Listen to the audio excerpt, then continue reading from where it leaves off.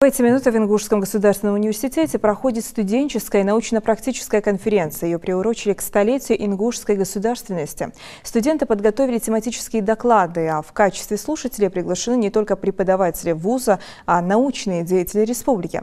Подробнее об этом расскажет мой коллега Муслим Ганиев. Он сейчас на прямой связи с нами. Муслим, приветствую тебя. Какие темы затрагивают студенты в своих работах? Да, добрый день, Хава. Студенческая научно-практическая конференция «100 лет Ингушской государственности» проходит в стенах Ингушского госуниверситета. Формат такой, что студенты читают свои работы, а жюри уже оценивают их.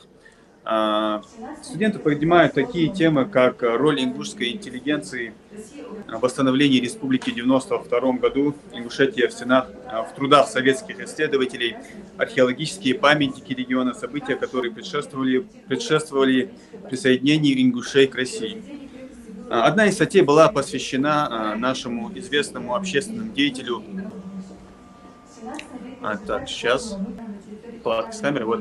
Одна из статей была посвящена Идрису Зязикову, который принял участие в восстановлении ингушской государственности. И со мной сейчас автор этой работы, студентка 3-го курса Милана Каздиева. Милана, да, расскажи, почему именно эта тема и какие вопросы ты поднимала в своей работе? Я долго думала, какую тему выбрать. Все-таки решила, что тема, касаемая Идриса Зязикова, меня больше всего интересует. Его жизнь, его политическая деятельность. В своей статье я говорила о том, какие должности он занимал в протяжении всей своей жизни, что он сделал для Ингушетии и для ее населения, какие преобразования при нем проводились. И, в общем, вся его политическая деятельность. Почему?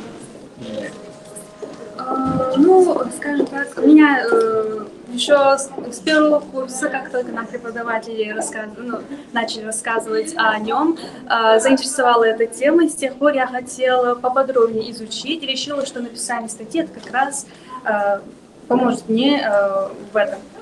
Расскажи, как писалась статья, каким работам ты прибегала, как долго она проходила написание, кто помогал? Статью я писала где-то 2 месяца. В этом мне помогал мой научный руководитель Капухоева Дугурхан Султангиреевна. И я в основном использовала работы Гендиева Абдулазиса «Яркое служение народу» и работы Чехкиева Саида и Тресельского Веры и правды. Какие ожидания от сегодняшнего конкурса? Это для тебя очередной опыт или все-таки ты хочешь выиграть? Помимо меня тут много студентов, у которых хорошие статьи, и для меня это скорее опыт, чем желание победить. Спасибо. Удачи, Милана. Я напомню, что у нас конференция все еще проходит. За моей спиной 114 аудитория, как раз там продолжаются доклады студентов по своей тематике.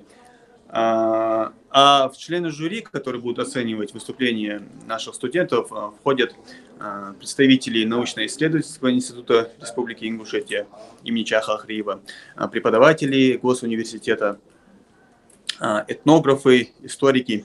О результатах нашего конкурса мы сообщим уже в следующих эфирах. Муслим, а кто среди приглашенных на научную конференцию? Хотелось бы узнать. Есть руководитель нашей архивной службы Магомед Картоев, этнограф, заместитель руководителя НИИ имени Чаха Ахриева Зайнаб Зарахова, известные историки и преподаватели нашего Ингушского госуниверситета. Что ж, спасибо за подробную информацию. Я напомню, на прямой связи из Ингушского госуниверситета, где сейчас проходит научно-практическая конференция, с нами был Муслим Ганиев.